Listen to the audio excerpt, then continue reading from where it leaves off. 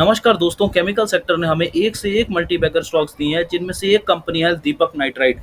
अभी कुछ टाइम पहले एक स्मॉल कैप कंपनी हुआ करती थी, पर जिस तरीके से इसने अपनी एक्सपेंशन शो की है और इसके प्रोडक्ट्स की डिमांड है, ये कंपनी स्मॉल कैप से एक मिड कैप कंपनी बन गई और अपने इन्वेस्टर्स को मल्टी-बैगर रिटर्न्स दिए हैं दोस्तों इस कंपनी ने।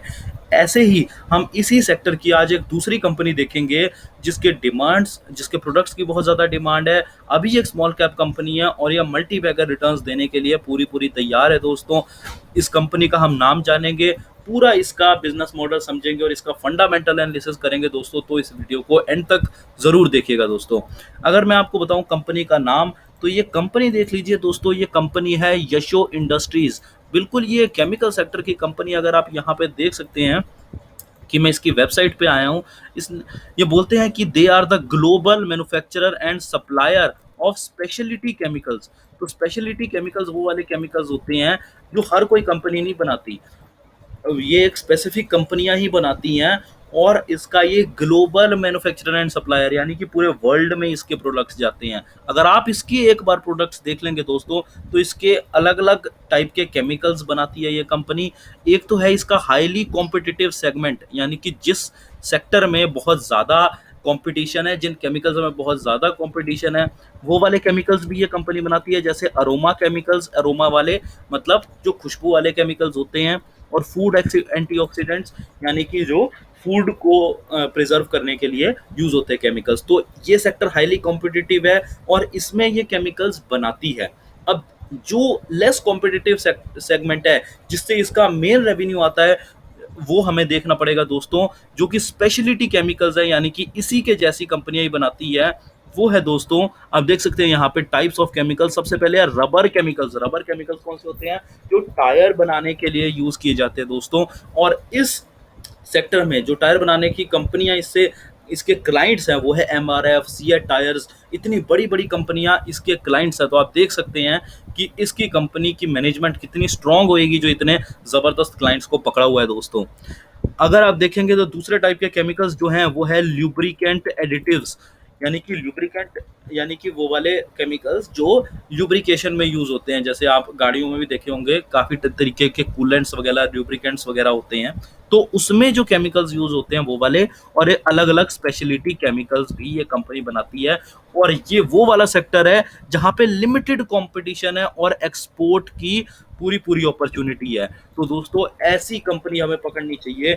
ये कंपनी बहुत आने वाले टाइम में मल्टीबैगर बनती है। क्यों? क्योंकि दोस्तों, मैं आपको बताता हूँ कि ये कंपनी धीरे धीरे एक्सपेंड कर रही है। यहाँ पे आप देखिए कि 2019 में इन्होंने अपना एक यूनिट बनाया था, मैन्युफैक्चरिंग यूनिट लगाया था, और फिर 2018 में बनाया था ये मैन्युफैक्चरिंग यूनिट, और उसके बाद 2020 में भी इन्होंने मैन्युफैक्चरिंग यूनिट लगा दिया। तो कंपनी अपना मैन्युफैक्चरिंग यूनिट क्यों लगाती है? क्योंकि उसके प्रोडक्ट्स की डिमांड है। डिमांड को फुलफिल करने के लिए, उसको पूरा करने के लिए ये अपने मैन्युफैक्चरिंग यूनिट्स लगा रही है, और उसके बाद ये कंपनी उन्हीं प्रोडक्ट्स को सेल करेगी और अच्छा खासा प्रॉफिट कमाएगी। और सिर्फ ये इंडिया में नहीं सेल करती, ये सेल करती है ग्लोबली। आप देख सकते हैं, this company makes products made in India. यहाँ पे आप मेड इन इंडिया प्रोडक्ट्स होते हैं और डिलीवरिंग ग्लोबली। और सबसे हैरानी की बात यह है कि इनका जो ज़्यादातर रेवेन्यू है, वो बाहर की कंट्रीज से आता है। इंडिया से तो इसका सिर्फ 18% रेवेन्यू आता है। बाहर की कंट्रीज में ये बहुत ज़्यादा एक्सपोर्ट करती है। यूएसए में ये तकरीबन 17% एक्सपोर्ट करती है और यूरोप में 28% एक्सपोर्ट करती है। तो देख लीजिए, इसके प्रोडक्ट्स की बहुत दूर दूर तक डिमांड है दोस्तों। और अगर आप इसके क्लाइंट्स देखेंगे, तो क्लाइंट्स देख के आप हैरान हो जाएंगे, क्योंकि मैंने बताया ये रबर केमिकल्स में लगाती है, रबर केमिकल्स बनाती है, तो ज़्यादातर इसके क्लाइंट्स वही हैं जो एमआरएफ जैसे टायर्स वाली कंपनियां। देखिए, अगर एमआरएफ जैसी market leader companies, Apollo tyre जैसे मार्केट लीडर कंपनीज ऐसी कंपनी से अपने केमिकल्स लेती है, तो आप देख सकते हैं कि इसकी कंपनी की मैनेजमेंट कितनी ज़बरदस्त होएगी, जो इतनी बड़ी बड़ी कंपनीज को इन्होंने अपने क्लाइंट्स बनाया हुआ है और इन क्लाइंट्स को होल्ड किया हुआ है। जेके टायर्स, आपको पता है कितनी ज़बरदस्त कंपनी है। ऐसी ऐसी कंपनियां इसके क्लाइंट्स हैं। अगर आप और भी इसके क्लाइंट्स देखेंगे, डाबर कितनी बड़ी कंपनी है, वो इससे केमिकल्स लेती है।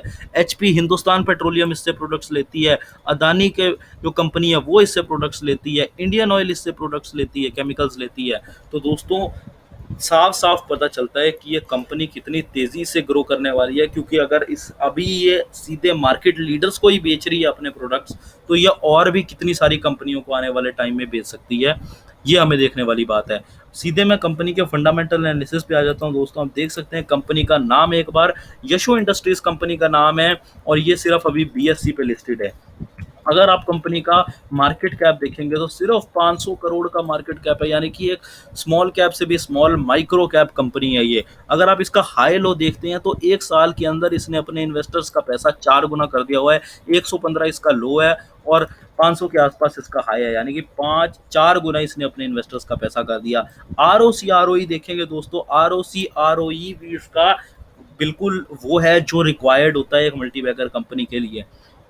तकरीबन 20% इसका आरओसी है और 31% इसका आरओई है।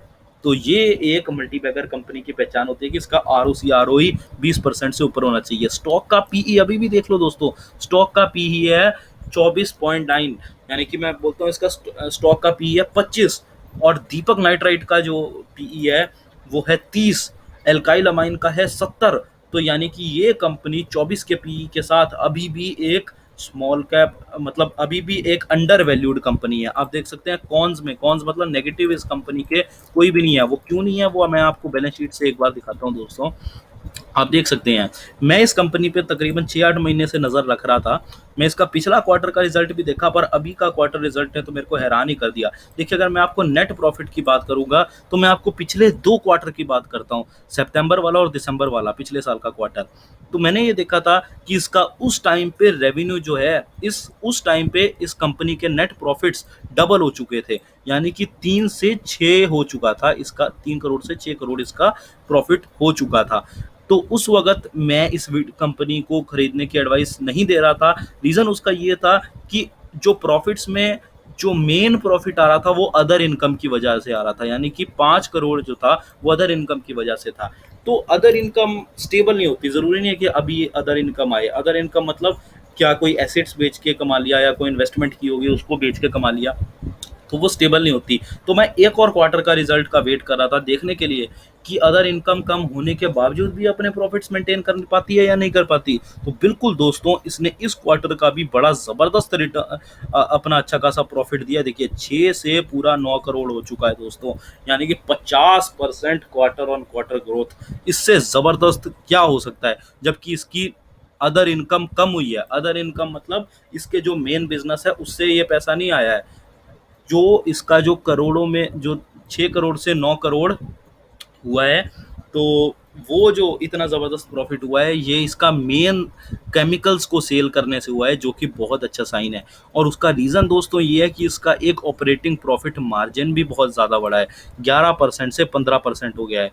और लास्ट हम जो चीज़ देखते हैं किसी भी कंपनी में, वो हम यही देखते हैं कि उस कंपनी में बोरिंग है या वो कंपनी बोरिंग बढ़ा रही है या नहीं बढ़ा रही। देखिए दोस्तों, अगर मैं आपसे इस कंपनी में बताऊंगा इंटरेस्ट की बात, आप देखेंगे पहले इसका पिछले क्वार्टर में 4 करोड़ जो है इंटरेस्ट देना पड़ा था और इस क्वार्टर में इसको 3 करोड़ इंटरेस्ट देना पड़ा है। यानी कि इसका मतलब इसने अपना इंटरेस्ट इसीलिए इसका कम हुआ होगा क्योंकि इसका डेट कम हुआ है, इसने अपना कर्जा कम किया होगा, जिसकी वजह से इसका इंटरेस्ट भी कम इसको देना पड़ रहा है। और दोस्तों, एक हैरानी की बात जो आपको लोग मिस कर जाते हैं वो है इसकी डेप्रिसिएशन। ये देखिए, डेप्रिसिएशन का मतलब क्या होता है, कोई भी प्रोडक्ट को हम खरीदते हैं और धीरे धीरे उसकी वैल्यू कम होती रहती है। जैसे आज हम गाड़ी खरीद रहे हैं तो आज उसकी वैल्यू तो 4 लाख रुपए, 4 लाख की गाड़ी लाए, अब उसकी वैल्यू 4 लाख है। अगले साल उसकी वैल्यू क्या हो जाएगी, 2 लाख या 3 लाख हो जाएगी।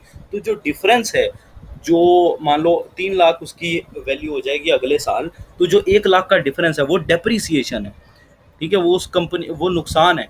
तो देखिए दोस्तों, जब भी कंपनी अपने एसेट्स को बढ़ाती है तो यानी कि उसकी डेप्रिसिएशन भी बढ़ेगी, यानी कि वो नई नई मशीनरी खरीद रही है तो उसकी डेप्रिसिएशन भी बढ़ेगी। तो ये देखिए दोस्तों, इस कंपनी की डेप्रिसिएशन बढ़ रही है, पिछले 3-4 क्वार्टर में ये इसकी डेप्रिसिएशन बढ़ रही है। डेप्रिसिएशन बढ़ रही है, इसका कहने का क्या मतलब हुआ, ये नई नई कंपनियां खरीद, ये नई नई मशीन्स खरीद रही है, जिसकी वजह से उन मशीनरीज की डेप्रिसिएशन बढ़ रही है।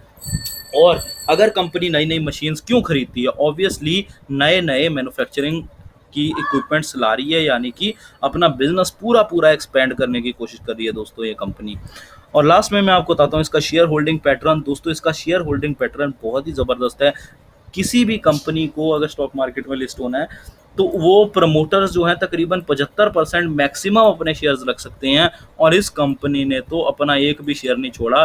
पूरा 75 का 75 यानी कि तकरीबन 74% के आसपास इसने अपनी शेयर होल्डिंग मेंटेन रखी हुई है। इसने अपना कोई भी शेयर नहीं बेचा।